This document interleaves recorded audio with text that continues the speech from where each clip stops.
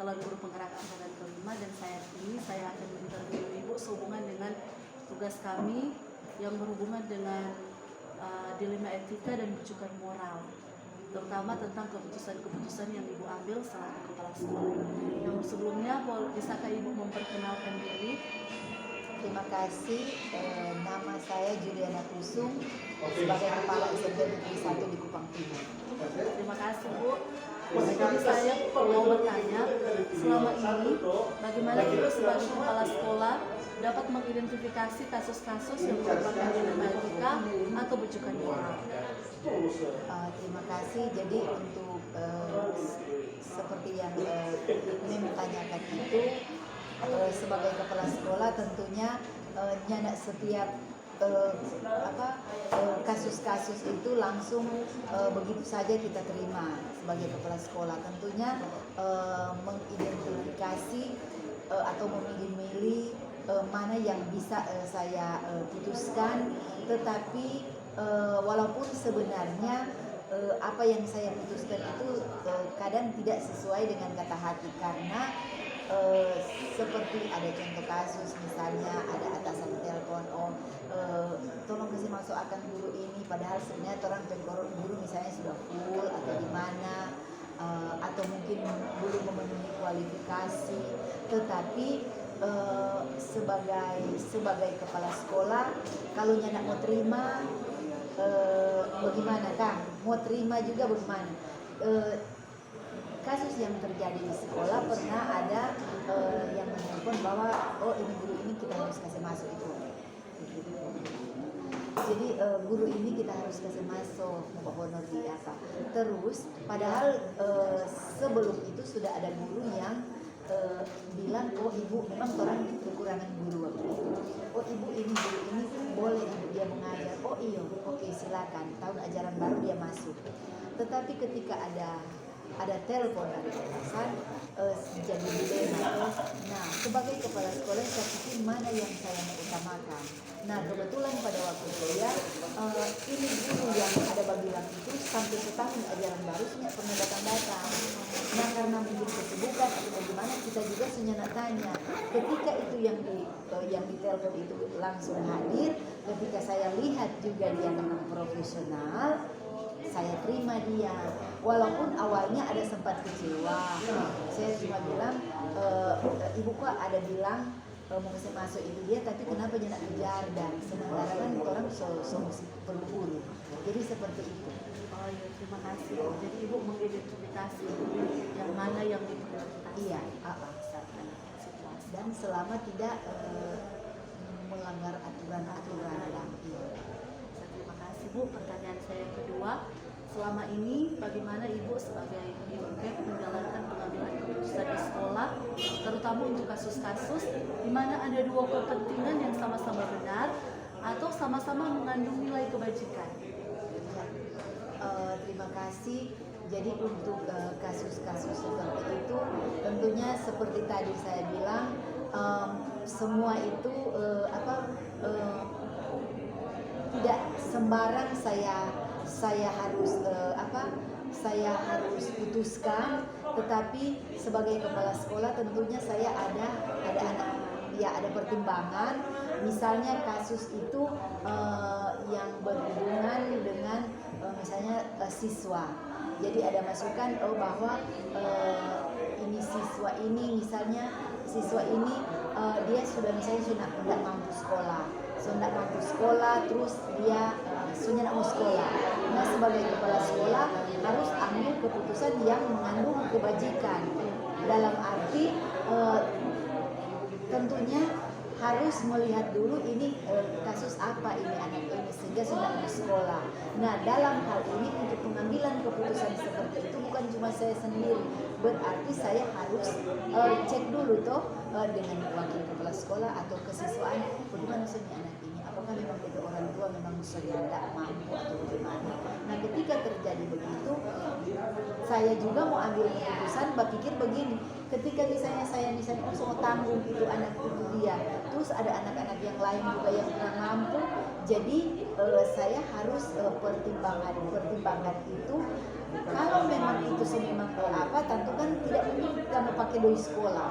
Jadi tentu sebagai kepala sekolah mau berkorban selama itu bukan seluruh siswa yang datang meminta, maksudnya dah itu keputusan yang mengandung kebajikan itu dia toh selama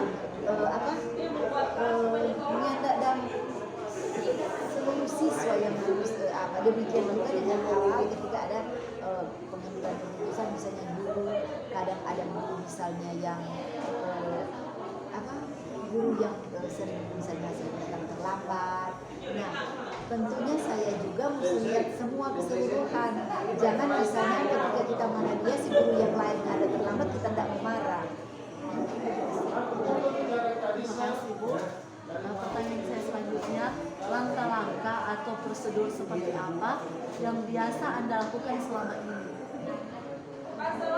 Jadi prosedur selama ini dalam saya mengelola sekolah ya artinya sebagai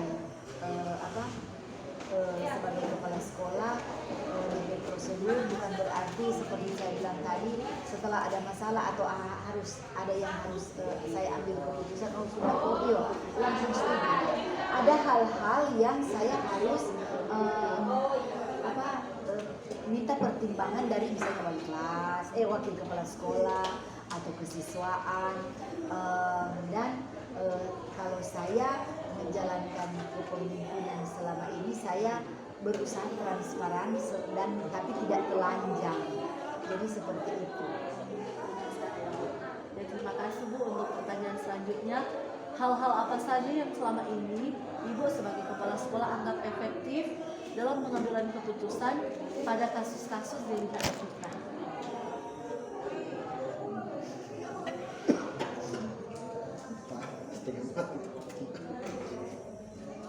Jadi ya itu seperti kasus-kasus yang sebelumnya sudah disampaikan tadi memang kalau mau ambil keputusan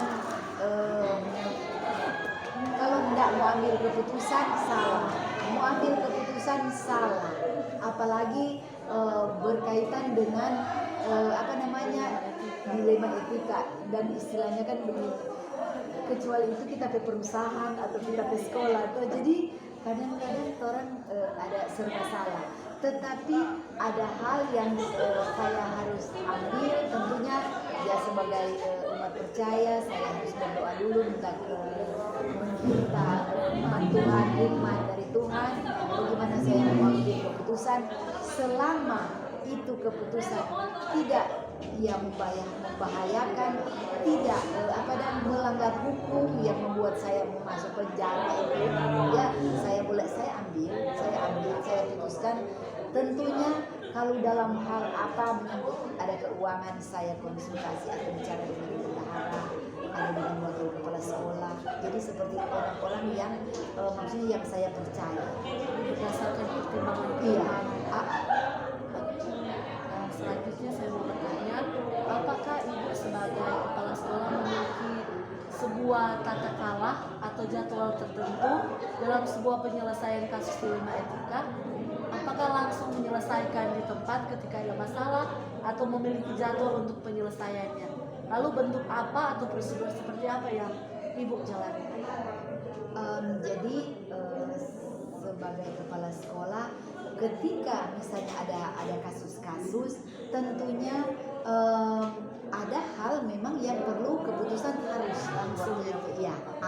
Tetapi juga di samping itu saya juga walaupun orang bilang sudah darurat, kalau misalnya ada guru atau ada orang yang berkompeten, misalnya ada guru atau wali kelas atau apa, tentunya saya tetap walaupun sudah darurat tetap selama orang ada di situ orang konsultasi bagaimana ini sebetul atau ini bagaimana ini bagaimana dia ada apa saja. Kadang kan kalau anak ada berkelahi terus orang tua suka campur tangan apa.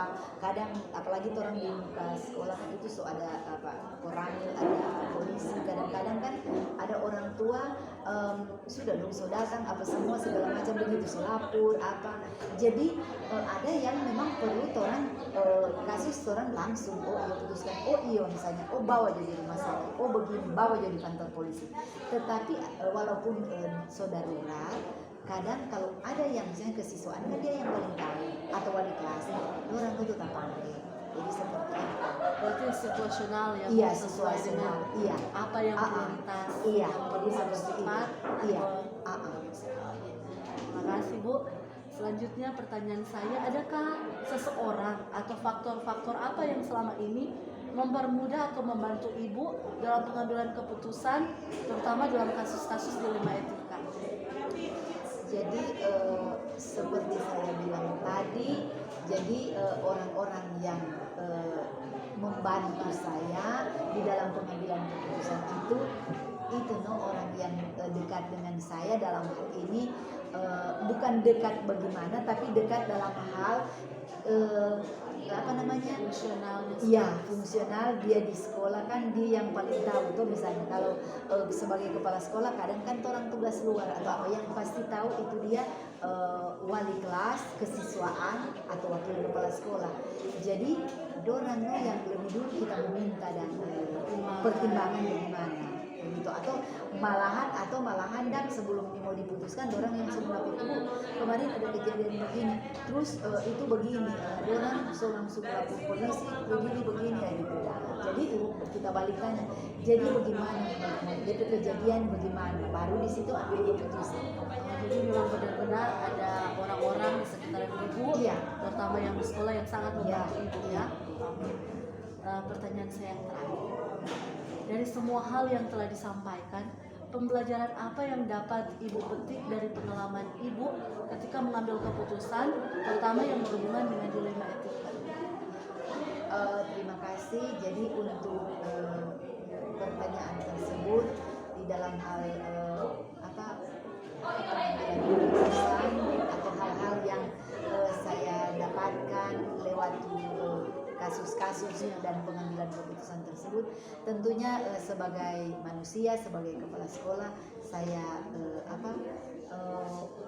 istilahnya saya merasa bahwa di dalam saya mengambil keputusan bukan berarti karena saya kepala sekolah jadi keputusan cuma saya, iya, kalau ibu bilang begini sudah, kalau dia bilang A begitu, tanpa ada pertimbangan atau melalui rapat dewan guru ya.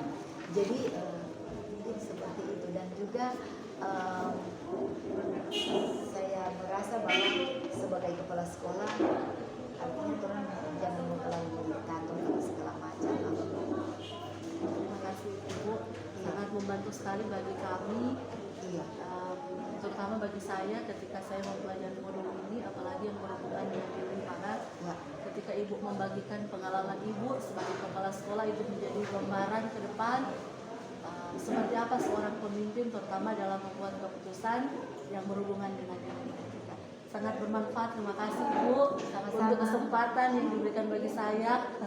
Ini sangat membantu saya ke depan, dan semoga Ibu sebagai kepala sekolah selalu diberikan hikmat dalam menjalankan tugas sebagai seorang pemimpin di sekolah. Amin, sama-sama. Terima kasih Tuhan, sukses nih. Terima kasih Bu.